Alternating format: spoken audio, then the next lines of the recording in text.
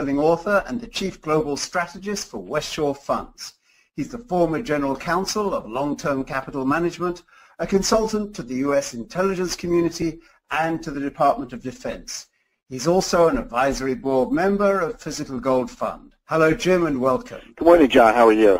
Great, thank you. And we also have with us Alex Stanzik, Managing Director of Physical Gold Fund. Alex is an expert in the physical gold industry, dealing with the logistics chain from refinery to secure transport and vaulting, and he's lectured globally to investor, institutional, and government audiences on the role of gold both in the international monetary system and in investment portfolios. Hello, Alex. Hi, John. Great to be here. Alex will be joining me in the conversation with Jim, and he'll be looking out for questions that come from you, our listeners. So let me just say that your questions today are more than welcome. You can post them at any point during the interview. You'll see a box on your screen for typing in your question, and as time allows, we'll do our best to respond to you.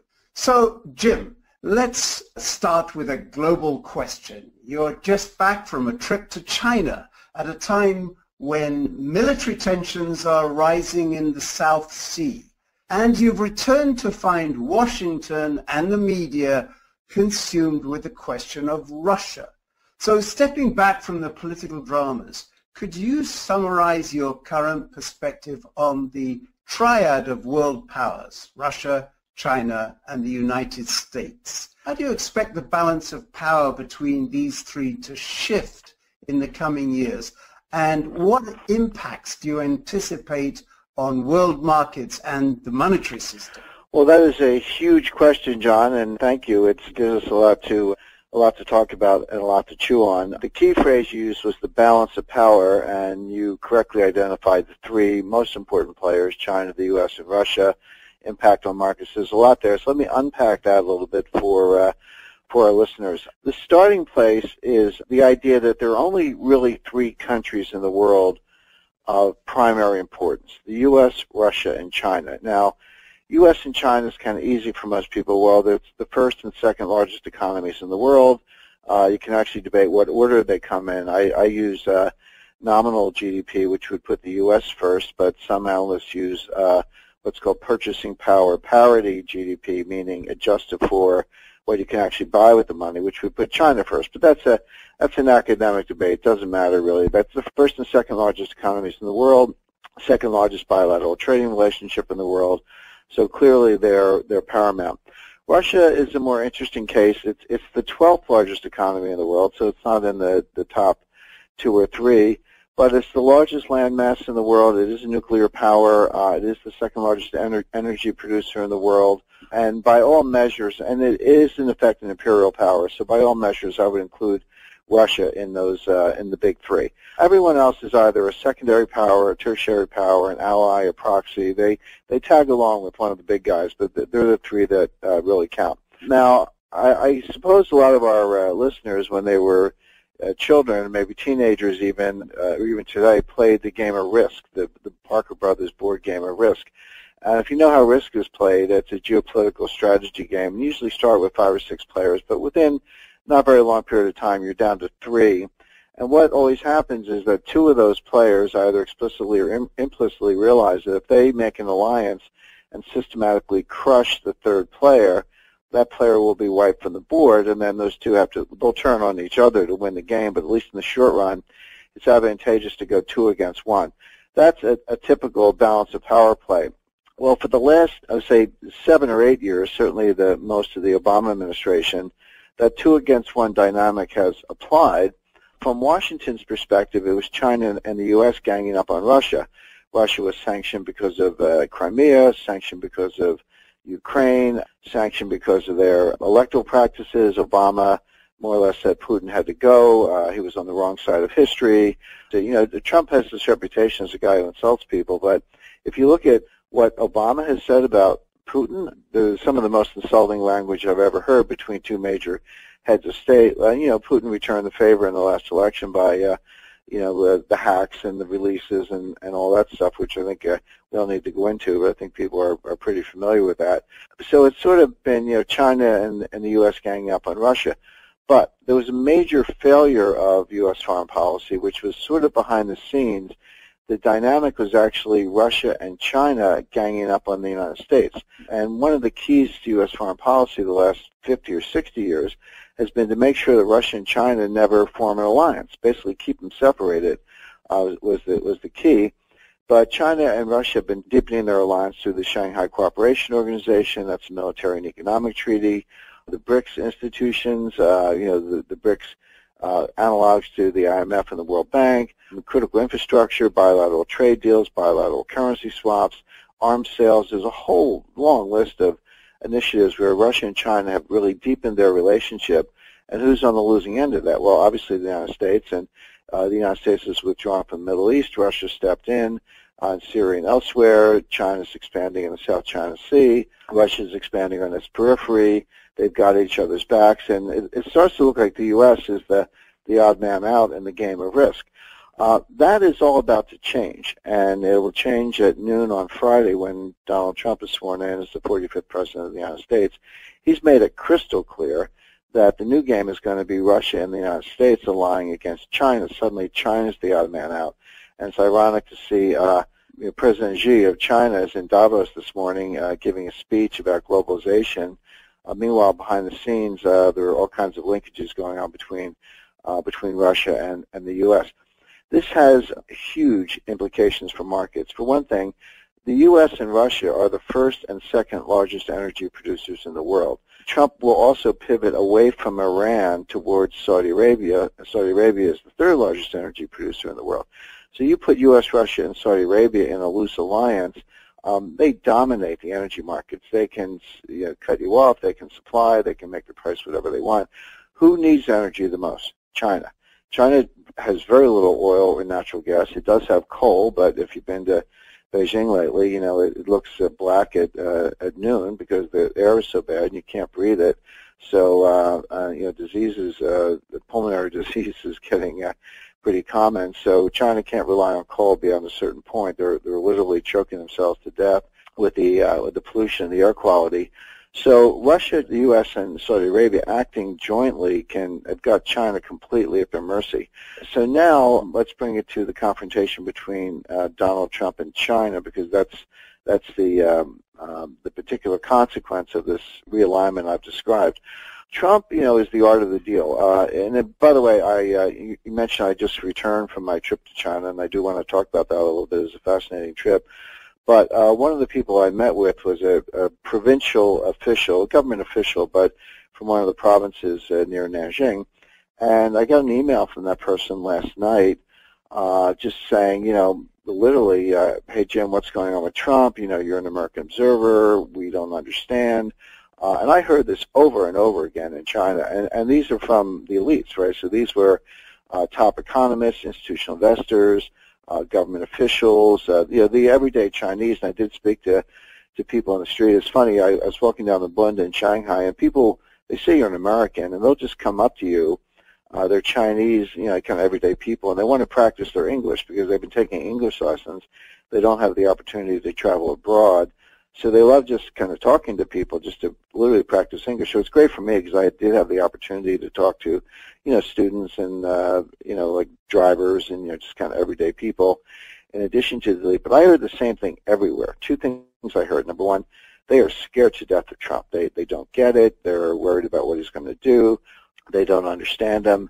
And then the second thing they're all doing is they're getting their money out of China as fast as they can. Everybody from, as I say, major institutions to everyday citizens are getting their money out.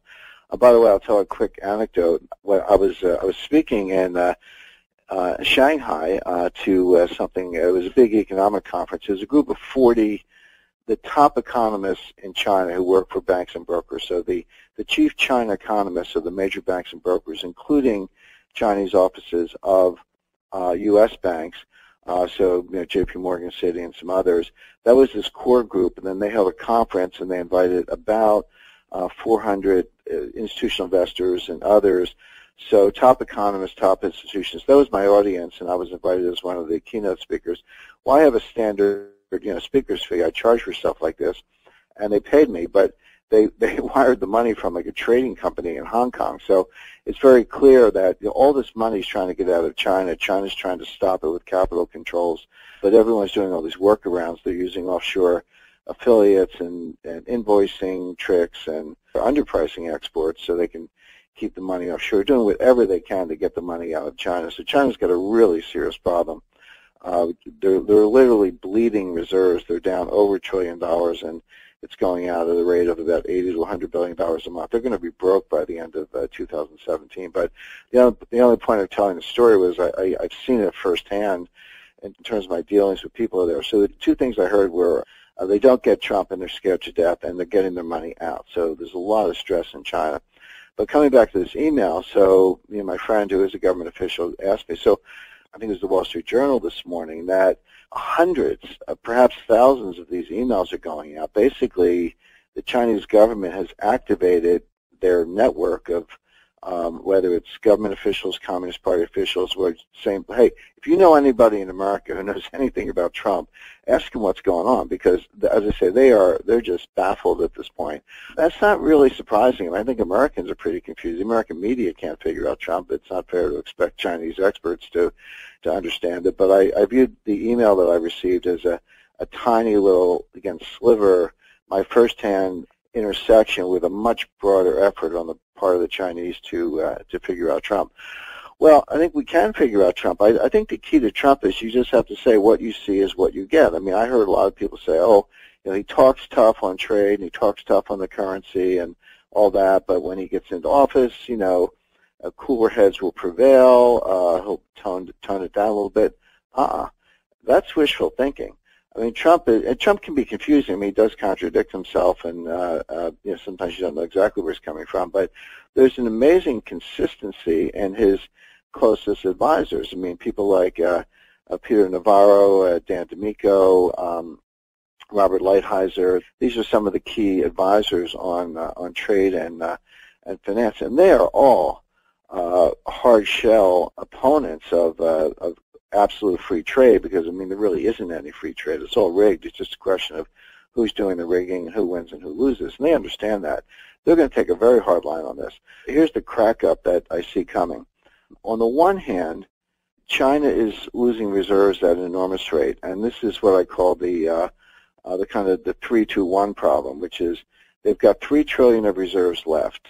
Of the $3 trillion, $2 trillion are earmarked. About $1 trillion of that is illiquid, so they've invested in hedge funds and private equity funds and gold mines in Zambia. Well, that's fine. It's worth something, but it's not liquid. They can't get the money, at least not very easily. Good luck trying to get your money back from Henry Kravis if you invest in one of his private equity funds.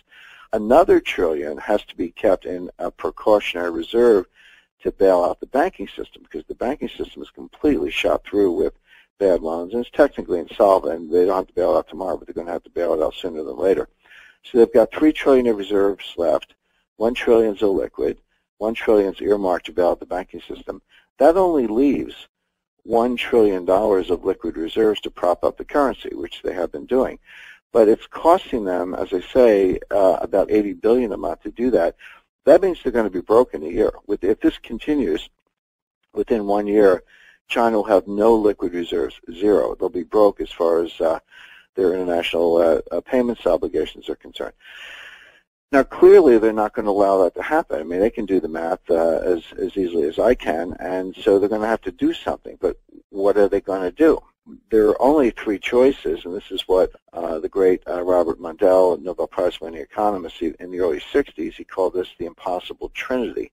So what can you do when you're in this situation? Well, there are only three things you can do. You can raise interest rates to kind of make your currency more attractive, so maybe some money comes in. You can slap on capital controls so it's not allowed to go out. It's like a roach motel. It can come in but can't go out. Or you can devalue the currency, so you may still be losing it, but you lose it at a slower pace. And if you devalue enough, again, you'll actually be attractive, and people will want to put money in because the prices just got cheaper, measured in, let's say, U.S. dollars. So let's kind of take those one at a time. Can you raise interest rates? Well, no, that's off the table, because their companies are going bankrupt. They're flooded with bad debts. Their economy's slowing. their exports are slowing. If you raise interest rates, you're going to sink the economy, maybe throw it into a recession, cause massive bankruptcies of state-owned enterprises, accelerate this economic slowdown. The job-creating machine is going to slow down, which throws into question the legitimacy of the Communist Party. I mean, the Communist Party is illegitimate to begin with, but they kind of gain some, at least, support by creating jobs. Well, you slow down the jobs machine, then the Chinese are very volatile. They'll riot, they'll burn down banks, they'll burn down real estate offices, and they'll look at Tiananmen Square. Tiananmen Square was not really about democracy. It turned into that, democracy and free speech. It started as an anti-inflation protest and then sort of spun out of control. So that's the history of China. So they're not going to raise interest rates. Close the capital account? Well, they're trying. They're trying to do that, but not very effectively. I just gave an example. I got paid through a trading company in Hong Kong. Well, that payment went out. They didn't close that part of the capital account. But on a more serious note, this is they're not really doing what they need to do to close the capital account, and they can't, because having gone pretty far down the road to an open economy, there are tens of billions, if not more, of legitimate payments that have to be made every day for suppliers and vendors and foreign investments and other transactions. So you're going to shut down the whole thing? Well, you can't. And so if you just want to shut down part, that doesn't really work, because people are very creative. They'll figure out the workaround.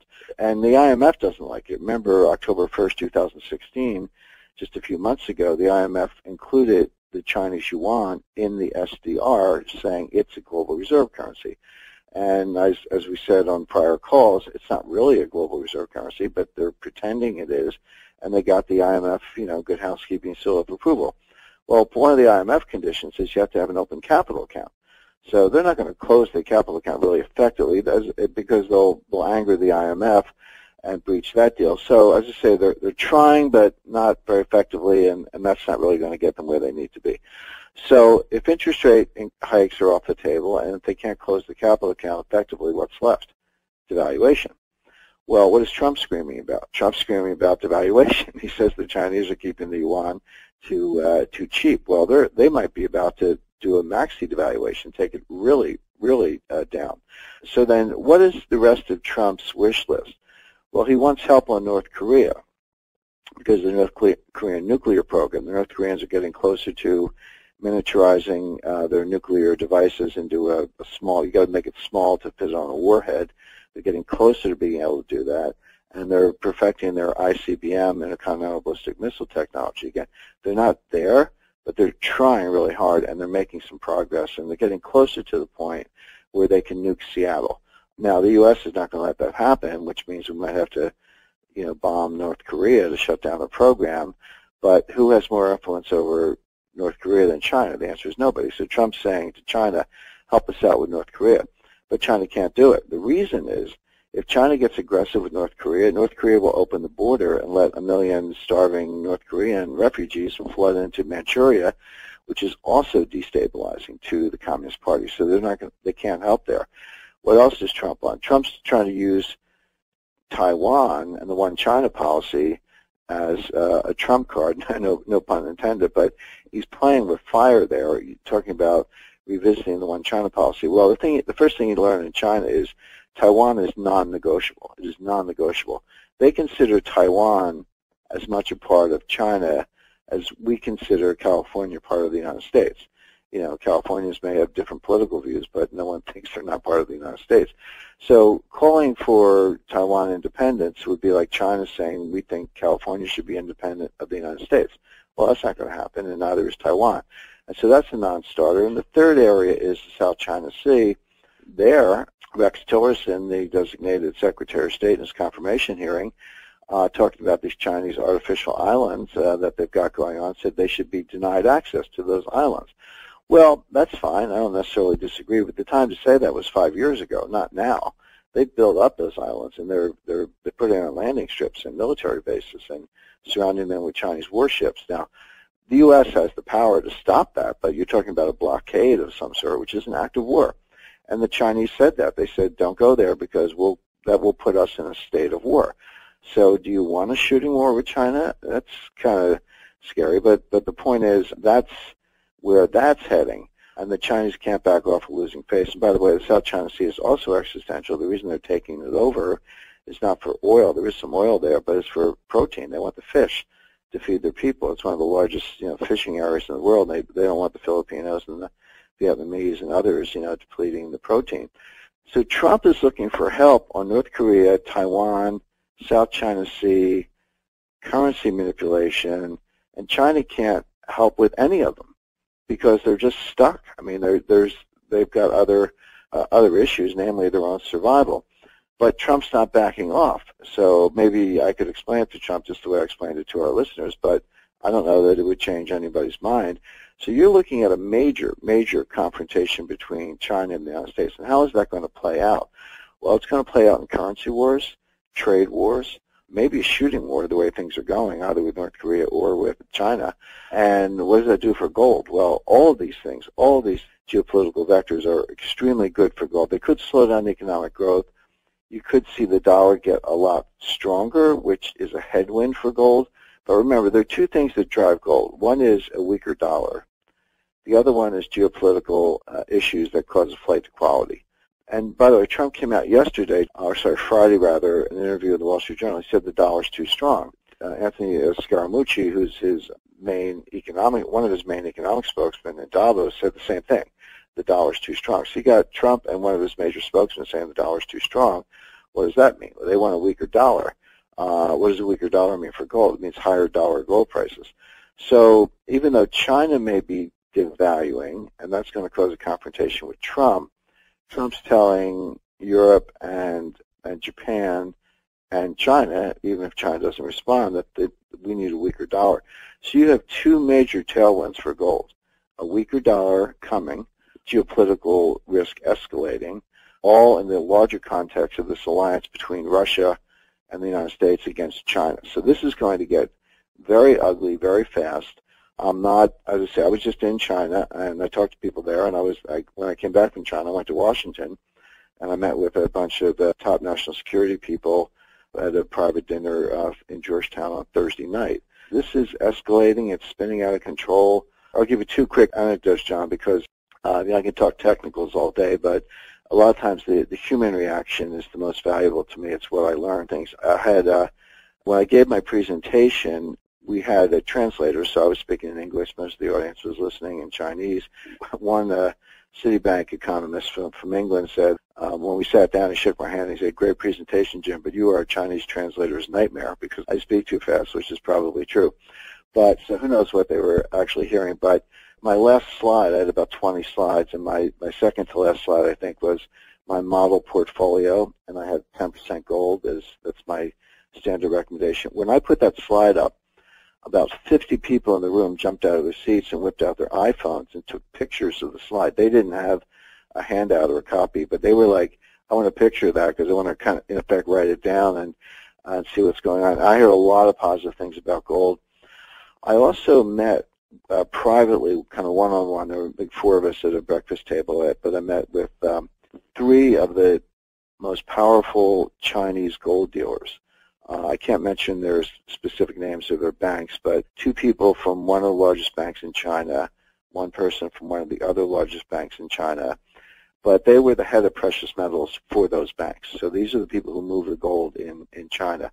And I learned some fascinating things from them. First of all, the first thing they told me is don't believe what you hear about Chinese purchases slowing down. They said it's as busy as ever. The Chinese are buying gold as fast as they can. He said what you read in the press is not true. We're bringing it in as fast as we can. One thing I found fascinating, because I had heard from a number of sources that the People's Liberation Army moves the gold in armored caravans. I'd heard that from a top secure logistics person. Other people have said the same thing. And Alex and I, Alex is going to jump in here in a minute, but Alex and I, we've been to Switzerland, which is where they're sending the gold to China, so we have pretty good information there. But I've just been in China on the receiving end and talked to the top people there. And I said, well, why is it that the Army and the paramilitaries always move the gold? Why can't you move it yourself? And they said, we're not allowed to have guns. And it's an obvious thing when they say it, but it really struck me. I was like, yeah, you're right. You're not allowed to have guns. But, what good is a bank armored car if you can't have armed guards? So one reason they use the military to move it around is because the banks can't have their own armored car services because they're not allowed to have armed guards. They just can't have guns.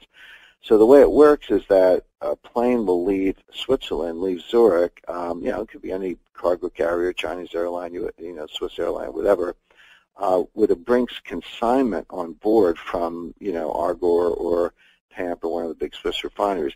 That plane lands in Shanghai. He said, but when the gold comes off, Brinks is done with it. There's no Brinks in China because what I just mentioned, which is they can't carry guns. And so it goes into either a paramilitary or military convoy, and then it goes to the vaults. So that I thought was interesting. The other thing I learned was that, so I said, okay, I have a pretty good handle on Chinese gold purchases. I know from geological surveys what their mining output is. I think I know how much gold is going into China. But what I don't know is of Shanghai Gold Exchange sales, which they're pretty transparent. How much of that is private versus how much is the government? And I was sort of guessing like 50-50, 70-30, whatever. What they told me, and these guys are the dealers, they said it's 100% private, meaning he said the government operates through completely separate channels. The government does not operate through the Shanghai Gold Exchange. When they want gold, they order it themselves, they bring it in through their agents, they take it themselves, and they vault it, that none of what's going out of the Shanghai Gold Exchange is going to the People's Bank of China or the State Administration on Foreign Exchange. They've got their own channels. Well, that kind of hit me right between the eyes because I was like, man, you guys got more gold than I realized, because if I know China's getting gold, I've heard that from other sources, but if that's not coming from the Shanghai Gold Exchange, that's just coming straight in through government channels, and all the Shanghai Gold Exchange is private consumption, then China is basically hoovering up all the gold they can get their hands on, which is completely consistent with what we heard in Switzerland and what I heard from other sources in Shanghai. I just kind of shake my head. I mean, why institutions think that they don't need physical gold or they shouldn't be getting it now while they still can is surprising to me, because the shortages are just going to get worse and worse. I don't care what the COMEX is doing. I don't care what ETFs are doing. That's the paper gold market, and I understand it sets the price. I mean, the price is the price. We're getting closer and closer to the point where the physical gold shortages are going to cause a crack up. There are going to start to be failures to deliver around the system, and once that gets out, which it will, I would look for a super spike in the price of gold. So, fascinating trip. Met a lot of great people along the way, had great conversations, but there is this enormous angst about Trump. I said, there's good reason for that because he means what he says. I'm looking at a trade war, a currency war. I'm looking at geopolitical instability. Trump's not inclined to back off. The Chinese are confused. They're buying gold hand over fist. And Trump's pledge the other day that the dollar's too strong says one thing. By the way, that's why gold's one reason gold's going up. It's really rallied very strongly today. I mean, I was writing a column this morning. I was like, gold made it to 1206, and I looked at my screen. It was 1216. It went up $10 an ounce in the time I was writing the article. So that's what's going on, out in the real world. So I'll stop there, John. I know we have, I know Alex has a lot of commentary, and I know we want some questions from the listeners. But it was a fascinating trip. Huge geopolitical plays going on. None of the news, or none of my forecasting is, or none of the news is good. I think I got the forecast accurate, but unfortunately, it's not a very pleasant scenario. It's all going to start to play out at noon on Friday when President Trump is sworn in. I would just say fasten your seatbelts. Excellent. You have been listening to The Gold Chronicles with Jim Rickards and Alex Stanzi, presented by Physical Gold Fund. Recordings can be found at physicalgoldfund.com/podcasts. You can register there for news of upcoming interviews with Jim Rickards and other world-class thinkers. Author and the Chief Global Strategist for West Shore Funds. He's the former General Counsel of Long-Term Capital Management, a consultant to the U.S. intelligence community and to the Department of Defense. He's also an advisory board member of Physical Gold Fund. Hello, Jim, and welcome. Good morning, John. How are you? Great, thank you. And we also have with us Alex Stanzik, Managing Director of Physical Gold Fund.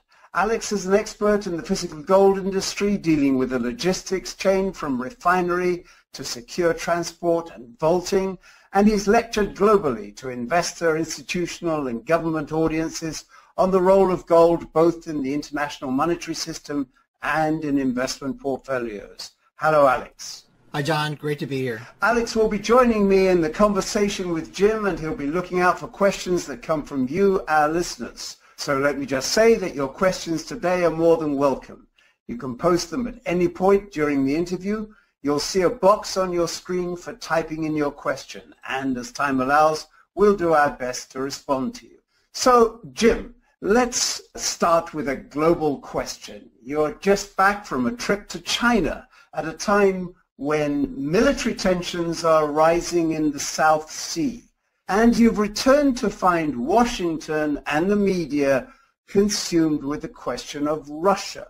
So stepping back from the political dramas, could you summarize your current perspective on the triad of world powers, Russia, China, and the United States? How do you expect the balance of power between these three to shift in the coming years? And what impacts do you anticipate on world markets and the monetary system? Well, that is a huge question, John, and thank you. It gives us a lot to talk about and a lot to chew on. The key phrase you used was the balance of power, and you correctly identified the three most important players, China, the U.S., and Russia, impact on markets. There's a lot there, so let me unpack that a little bit for our listeners. The starting place is the idea that there are only really three countries in the world of primary importance: the U.S., Russia, and China. China has very little oil and natural gas. It does have coal, but if you've been to Beijing lately, you know, it looks black at noon because the air is so bad and you can't breathe it. So, you know, diseases, pulmonary disease is getting pretty common. So China can't rely on coal beyond a certain point. They're literally choking themselves to death with the pollution, the air quality. So Russia, the U.S., and Saudi Arabia acting jointly have got China completely at their mercy.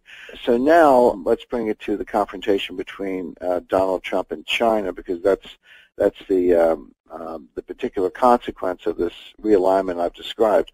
Trump, you know, is the art of the deal. By the way, you mentioned I just returned from my trip to China, and I do want to talk about that a little bit. It was a fascinating trip.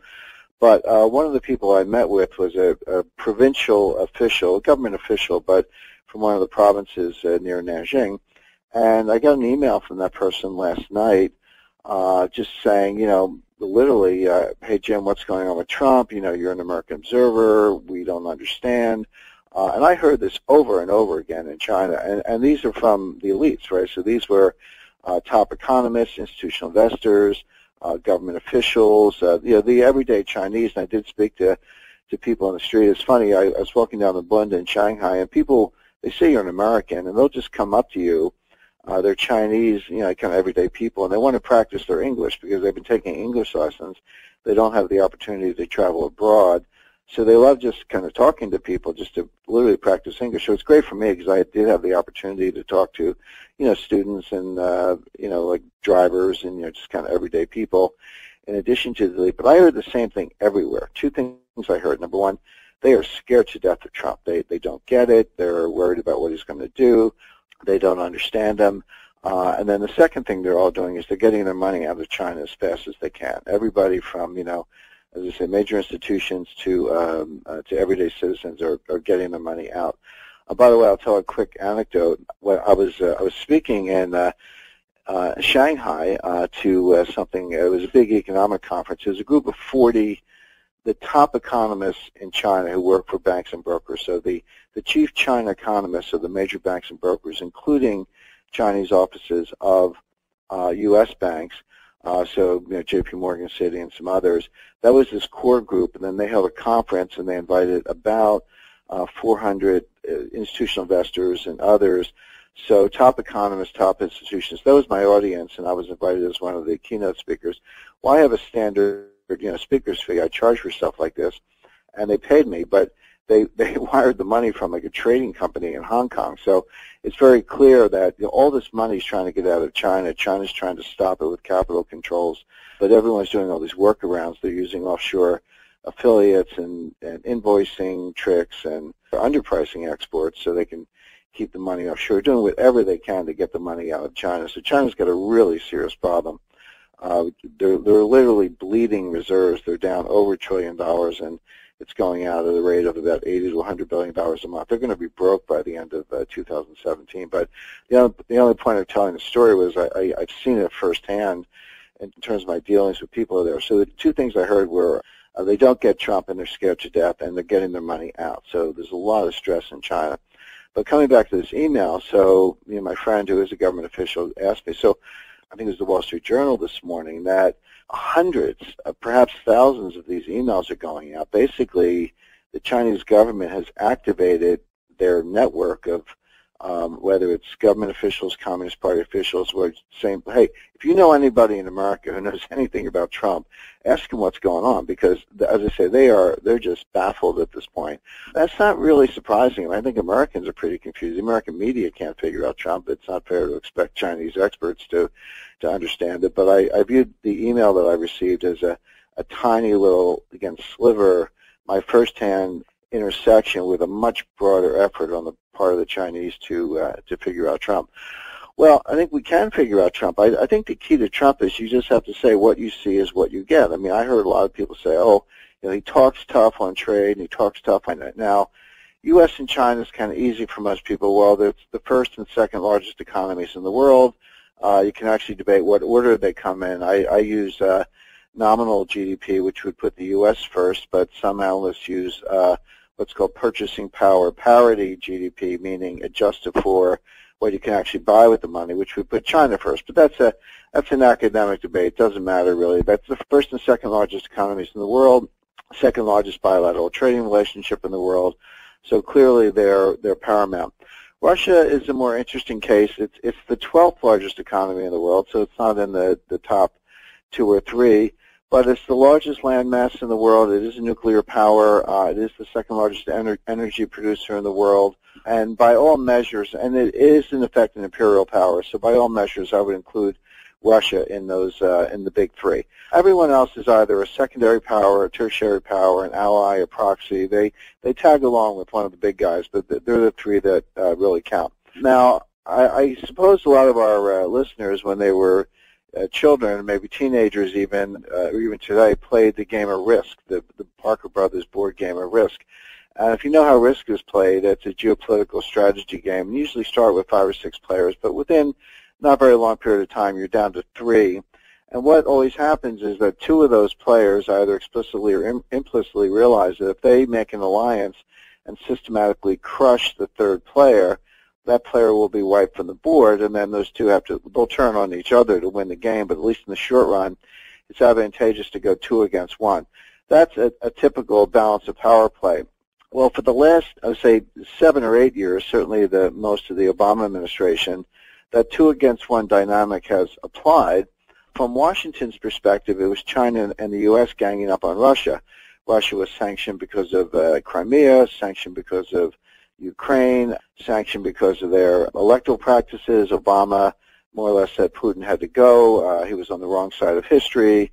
So, Trump has this reputation as a guy who insults people, but if you look at what Obama has said about Putin, there's some of the most insulting language I've ever heard between 2 major heads of state. Putin returned the favor in the last election by the hacks and the releases and all that stuff, which I think we don't need to go into, but I think people are pretty familiar with that.